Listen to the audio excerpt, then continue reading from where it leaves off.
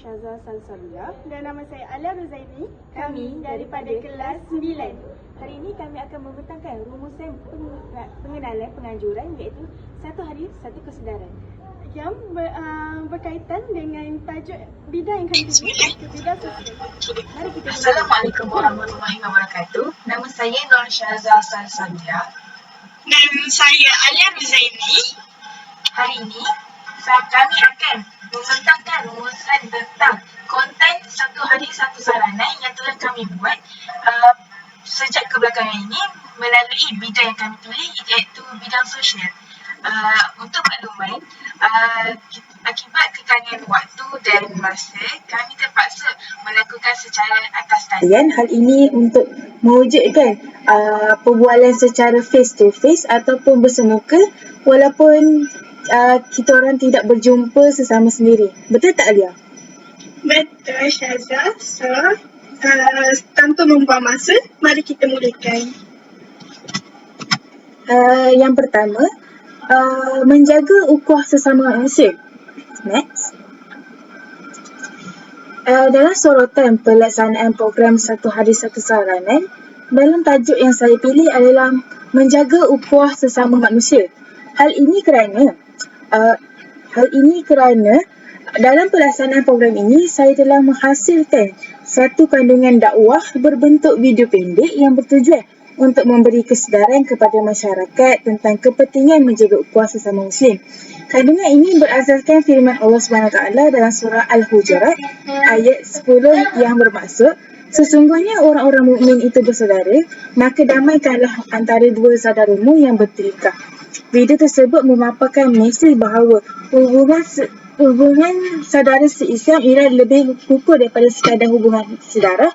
Ia juga mewujudkan bagaimana ukhuwah dapat menyatukan hati manusia tanpa mengira bangsa, warna kulit atau kedudukan. Sebagai contoh, dalam kehidupan seharian, menjaga ukhuwah boleh dilakukan melalui amalan mudah seperti memberi salam, memberi senyuman, memaafkan kesalahan orang lain serta menghulukan kesalahan orang lain, menghulurkan bantuan kepada mereka yang memerlukan. Okey, kejap weh. Melalui penganjuran konten ini, refleksi yang muncul dipertengahkan bagi menjadikan isu konten ini lebih bermanfaat. Melalui penghasilan konten ini, saya menyedari bahawa menjaga ukhuwah merupakan akhlak yang penting dan menjadi asas kekuatan kepada umat Islam. Sebagaimana Rasulullah juga sendiri menunjukkan teladan yang terbaik dalam membina persaudaraan, dan baginda juga sentiasa berlemah lembut, memaafkan kesalahan orang lain dan mengutamakan kesejahteraan umum untuk mengutamakan kesejahteraan umatnya. Dari sini saya belajar bahawa untuk mencontohi akhlak Rasulullah dalam kehidupan seharian, kita perlulah menanam sifat kasih sayang, tolong menolong dan saling menghormati antara satu sama lain. Apabila nilai ini diamalkan, masyarakat akan terus hidup dalam suasana yang aman, bersatu padu dan dirahmati. Oleh itu, Alia, kita perlulah mengambil inisiatif daripada refleksi ini, mengagungkan akhlak Rasulullah dan amalkan dalam kehidupan seharian. Baik, Syazah. Okey, aku kena relax first. Baiklah, Alia. Seterusnya saya ingin melaksanakan atau memberi penerangan melalui kekuatan penganjuran. Melalui pendekatan ini, kekuatan penganjuran dapat dikenal pasti apabila mesej yang disampaikan mudah difahami dan pendekatan yang dengan realiti kehidupan. Saya menggunakan bahasa yang ringan dan contoh situasi yang harian supaya penonton dapat mengaitkan dengan pengalaman sendiri. Selain itu, penggunaan ayat Al-Quran serta nilai akhlak Rasulullah SAW memberi impak yang mendalam kepada penonton dan menjadikan ia sebagai dakwah yang berkesan dan menyentuh hati. Kemudian, next. Selain itu juga, Alia, terdapat juga kelemahan penganjuran. Namun begitu, saya masih utuh dan berjaya untuk menghasilkan kandungan ini. Antaranya ialah kekangan masa untuk memperluaskan topik yang lebih mendalam serta kekurangan sumber visual bagi menjadikan persembahan itu lebih menarik.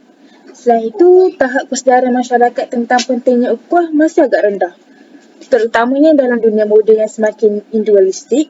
Hal ini menunjukkan bahawa usaha menyebarkan mesej sebegini perlu diteruskan secara berterusan. Saya juga bercadang untuk mengukuhkan akhlak-akhlak masyarakat pada masa ini dengan nilai ukuah yang perlu dikukuhkan melalui pelbagai platform dakwah seperti sebagaimana awak tahu, seperti media sosial, program komuniti dan majlis ilmu.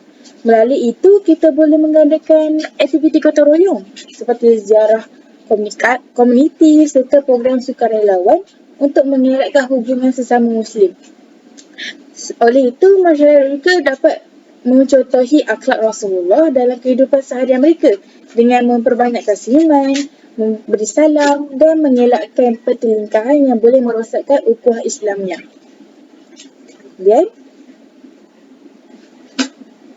sebagai penutup Alia, saya menegaskan bahawa menjaga ukhuwah sesama Muslim adalah wajib dan penting bagi mewujudkan persaudaraan yang diredai Allah SWT. Tanpa ukhuwah, kita akan mudah pecah, belah dan lemah. Tetapi apabila hubungan sesama Muslim dijaga dengan baik, kita akan dilimpahi rahmat Allah SWT serta hidup dalam keadaan yang aman harmoni. Oleh itu, marilah kita jadikan hari ini sebagai titik mula untuk memperkukuhkan persaudaraan sesama Muslim dan semoga setiap usaha kecil kita dalam menjaga ukhuwah ini dapat merebut keredaan Allah. Sekian saya daripada situ. Apa pendapat awak pula, Alia? Pada pendapat saya, pandangan awak sangat menarik dan bermakna. Jadi, selepas daripada itu, mari saya pula kupaskan untuk saya punya poin. Okey, untuk poin yang kedua adalah menjaga hubungan sosial sesama masyarakat. Okey, di sini saya berikan untuk soratan pelaksanaan program Satu Hari Satu Kesedaran ini berdasarkan dalam video konten saya beraspekkan bidang sosial ialah dalam surah An-Nisa ayat 36. Ya, bermakna sembahlah Allah dan janganlah kamu mempersekutukannya dengan sesuatu pun dan berbuat baiklah kepada kedua ibu bapa, kaum kerabat, anak-anak yatim, orang-orang miskin, jiran yang dekat dan jiran yang jauh.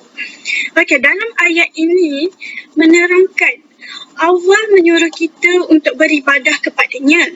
Dalam masa yang sama, Allah juga menyuruh kita untuk menjaga hubungan sosial sesama manusia dengan berbuat baik kepada ibu bapa, ahli keluarga, anak yatim, orang miskin, jiran yang dekat dan jauh, serta teman dan orang yang dalam perjalanan. Ayat ini juga mengajar kita pentingnya kasih sayang, tolong-menolong dan menghormati orang lain. Selain itu juga, ayat ini juga melarang kita untuk bersikap sombong. Kerana sikap sombong ini boleh menyebabkan hubungan sosial menjadi renggang. Okey, seterusnya Syazah, refleksi saya untuk saranan ini adalah Rasulullah menjadikan teladan dalam menghormati jiran, sahabat dan masyarakat. Dia tidak pernah mengira umur, tidak mengira jantina, tahap latar belakang. Rasulullah hormat semua orang. Okey, seterusnya Baginda juga menekankan pentingnya menjaga hubungan silaturahim dan kasih sayang sesama manusia. Jadi melalui program ini mengajar kita untuk berbuat baik kepada semua orang tanpa kira pangkat, umur dan agama. Okey.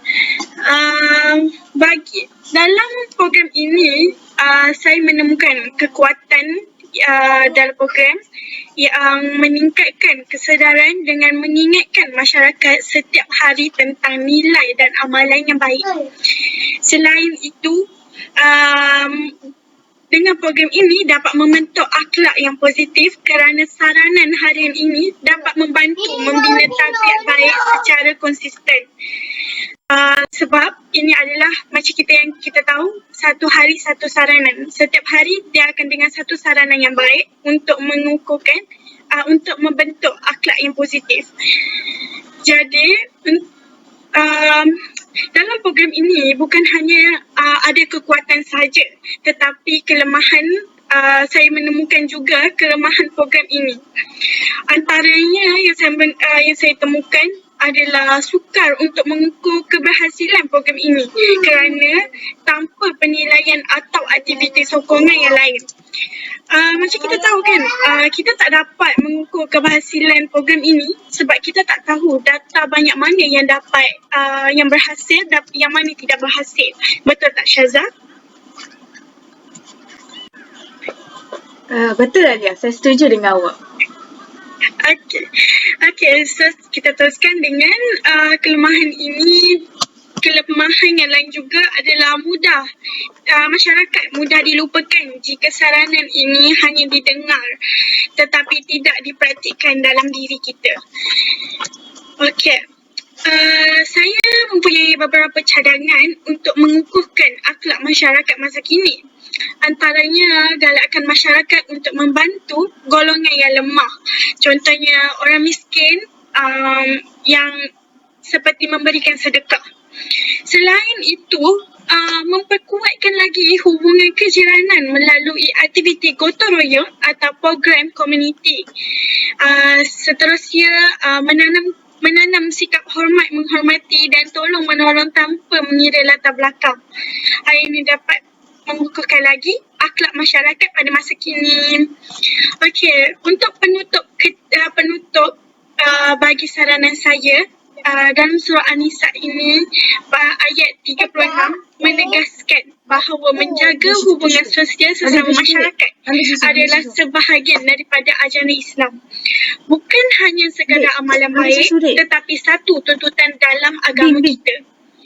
Okey, itu saja daripada saya. Okey, seterusnya Syaza, apa pendapat awak tentang saranan yang saya telah kupaskan? Pada pendapat saya, itulah pandangan awak terhadap konten sebelum ini adalah menarik dan memberi manfaat kepada orang ramai. Dan ia berkait dengan bidang sosial yang kita pilih. Pada pendapat saya pula, isi saya yang ingin saya ulaskan pada hari ini adalah menjaga lisan dalam pergaulan. Next. Sorotan pelaksanaan program iaitu satu hari satu kesedaran yang pernah kita lakukan sebelum ini menjadikan konten tersebut menunjukkan bahawa lisan adalah amanah Allah Subhanahu Wa Taala kepada kita. Dengan lidah kita boleh bawa kebaikan, tetapi dengan lidah juga manusia boleh terjerumus dalam dosa besar. Allah Subhanahu Wa Taala menekankan satu akhlak yang sangat ditekankan dalam Islam kerana lidah adalah amanah Allah Subhanahu Wa Taala kepada kita. Dalam surah Al-Kahf ayat 18, Allah Subhanahu Wa Taala berfirman, tiada satu pun yang diucap selainkan di sisinya ada malaikat yang mengawas, yang selalu siap mencatat. Ayat ini mengingatkan kita bahawa setiap perkataan yang keluar daripada mulut kita akan direkodkan oleh malaikat sama ada baik ataupun buruk, dan ia akan dipaparkan pada hari akhirat kelak.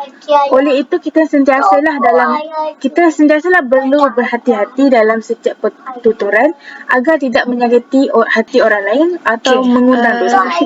Melalui penganjuran yang telah disampaikan, terdapat refleksi yang terkandung yang boleh dipraktikkan serta difahami oleh semua lapisan masyarakat.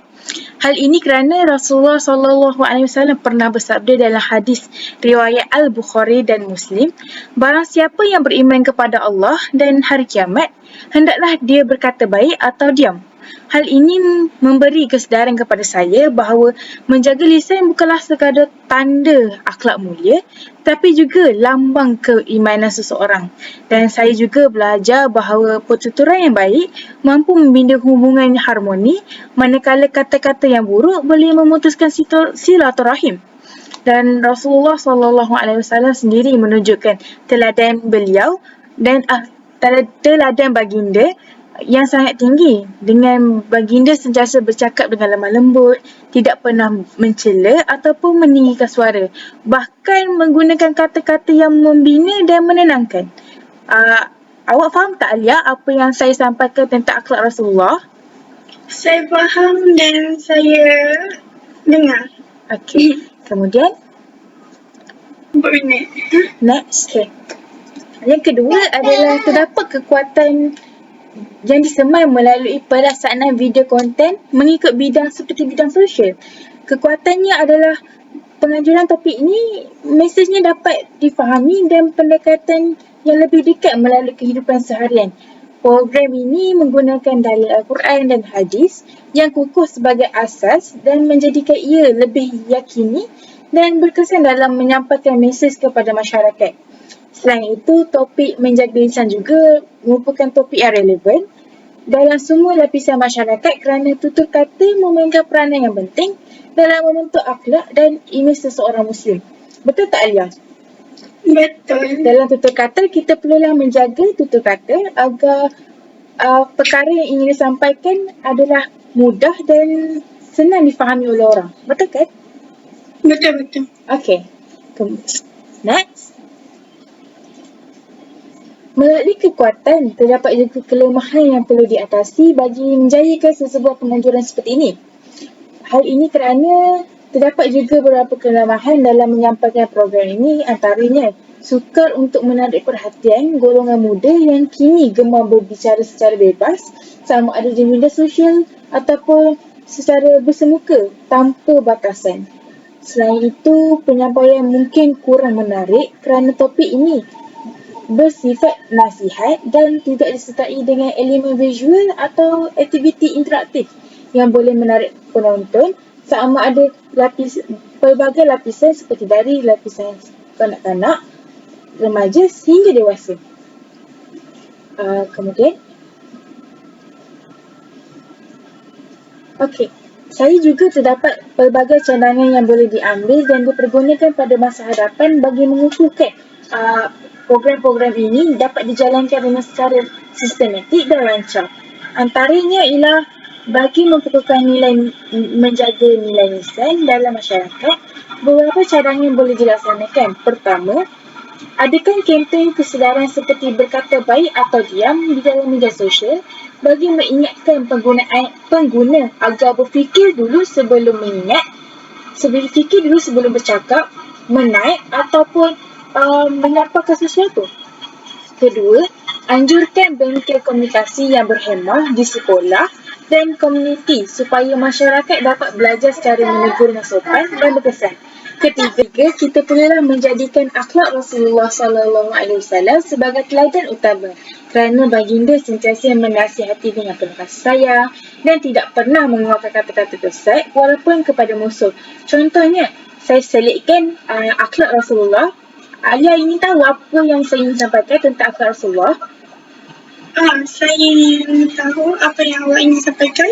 Salah satu contohnya ialah yang akhlak Rasulullah yang boleh dicontohi dan boleh dijadikan teladan adalah ketika baginda dihina dan dilemparkan batu oleh penduduk Taif. Walaupun baginda disakiti, baginda tidak pernah membalas, sebaliknya berdoa agar mereka diberikan hidayah. Peristiwa ini menunjukkan betapa mulianya akhlak Rasulullah SAW dalam menjaga lisan serta hati agar mengajar kita supaya menolak keburukan dengan kebaikan. Skip. Dan terakhir, sebagai penegasan kecil dan sebagai mukadimah yang terakhir pada isi ini, menjaga lisan adalah asas kepada pembentukan akhlak yang mulia. Lidah yang digunakan dengan baik mampu menyebarkan kasih sayang, ilmu dan kebaikan. Manakala lidah yang tidak dijagakan dengan baik boleh membawa kepada dosa dan permusuhan. Sebagai umat Islam, marilah kita mencontohi Rasulullah SAW dengan mengamalkan tutur kata yang lembut, benar dan berhemah dalam setiap pergaulan. Sekian saya daripada saya. Apa pula pendapat awak, Alia? Pada pendapat saya, seperti biasa, poin awak sangat benar. Satu lagi, seperti yang kita boleh maklumkan, macam peribahasa yang lidah ini kalau salah bukan peribahasa, tapi kalau lidah ni salah berkata, ia seumpama seperti pedang yang tajam, betul kan? Betul, Alia. Saya setuju dengan awak, betul. Ia merupakan simpulan bahasa pada zaman dahulu yang menunjukkan bahawa kata-kata boleh mematikan hati seseorang ataupun dalam segi kesimpulan yang mudahnya adalah dengan kata-kata kita boleh menyakiti hati orang dan menyebabkan itu salah satu dosa yang mungkin kita tak tahu dan mungkin kita lalai dengan perbuatan itu. Yang keempat adalah dukungan kepada ibu bapa. Seperti kita dapat tahu, sorotan pelaksanaan program ini adalah untuk dilakukan secara ringkas untuk memberikan peringatan ringkas kepada masyarakat agar berbuat baik kepada ibu bapa. Dalam Al-Quran, surah Al-Isra ayat 23 hingga 24 yang menerangkan maafkan saya, surah Al-Isra ayat 23 yang menerangkan dan Tuhanmu telah memerintahkan supaya kamu janganlah menyembah melainkan kepadanya sahaja dan hendaklah kamu berbuat baik kepada ibu bapa. Dalam ayat ini menerangkan kita perlu kita bukan hanya menyembah, kita perlu menyembah Allah. Dalam masa yang sama Allah memberitahu kita untuk berbakti kepada berbuat baik dan berbakti kepada ibu bapa kita. Okey, sorotan pelaksanaan program ini adalah untuk memfokuskan pada nilai menghormati dan berbakti kepada ibu bapa. Selain itu, menggalakkan masyarakat untuk mengamalkan perbuatan baik terhadap ibu bapa secara praktikal. Bukan hanya berbuat baik ketika ada niat untuk meminta sesuatu benda sahaja, tapi berbuat baik selagi mereka masih hidup. Seterusnya, refleksi saya untuk saranan ini adalah Rasulullah SAW sangat menekankan kewajipan berbakti kepada ibu bapa. Baginda menunjukkan teladan dengan menghormati dan memuliakan orang tua. Program ini mengingatkan kita untuk mengamalkan sunnah baginda dalam menghargai jasa ibu bapa kita. Ia juga menyedarkan kita bahawa berbuat baik kepada ibu bapa adalah satu jalan untuk menuju ke keredaan Allah. Kerana tanpa keredaan ibu bapa, kita tidak akan dapat keredaan daripada Allah Subhanahu Wa Taala. Betul tak, Syazah?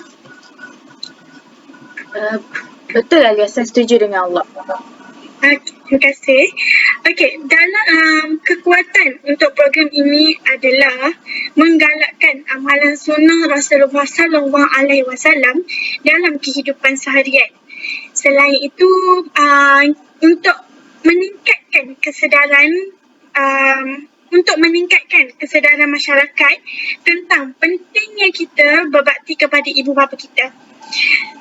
Seterusnya adalah mesej saranan yang ringkas dan mudah difahami ini sesuai untuk semua peringkat umur tanpa mengira muda ataupun tua.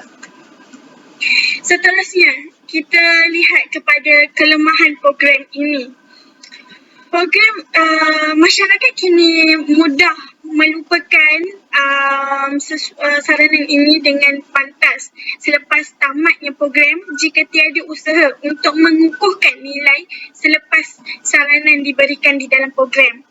Selain itu, tiada kesinambungan boleh menyebabkan mesej harian jadi umum dan tidak fokus.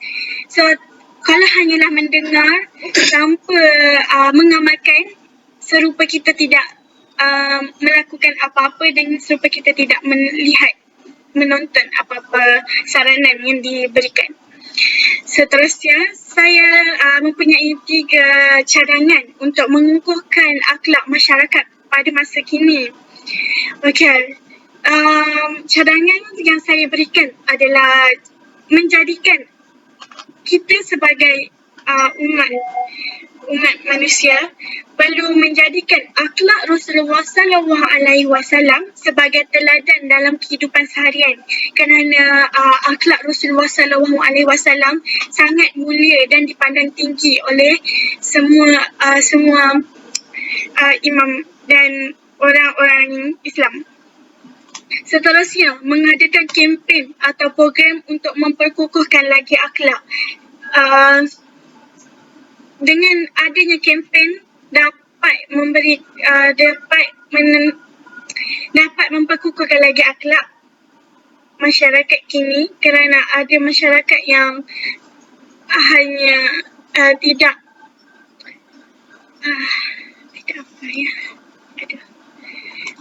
tak apa, maafkan saya. Seterusnya, memperkukuhkan pendidikan, Tidak mengambil pengajaran ataupun leka. betul. Itu betul. Okey. Terima kasih Syaza.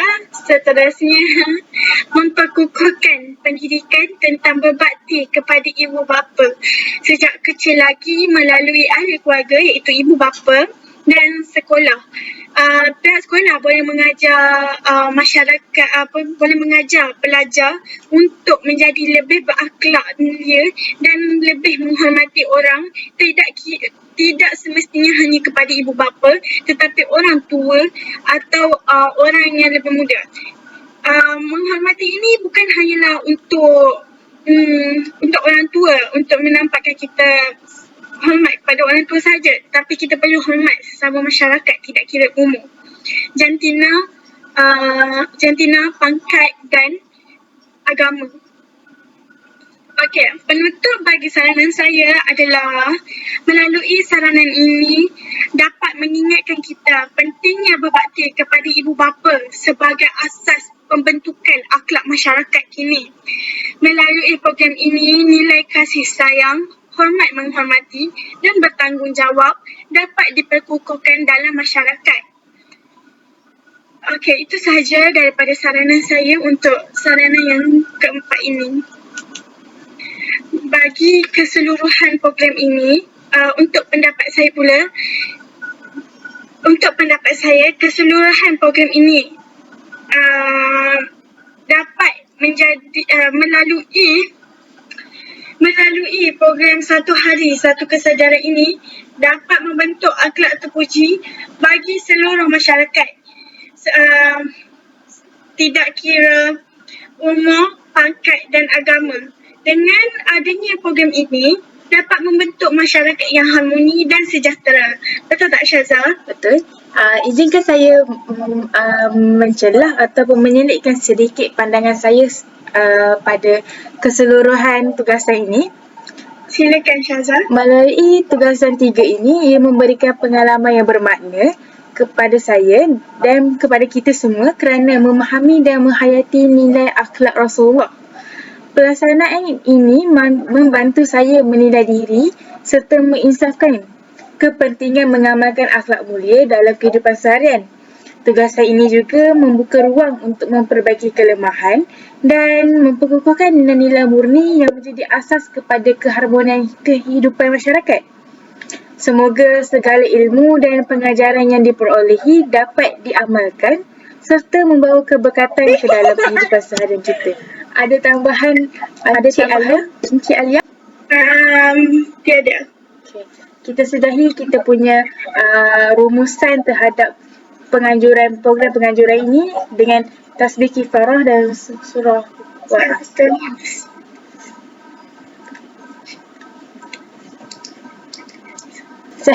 Sekian sahaja dari saya. Terima kasih.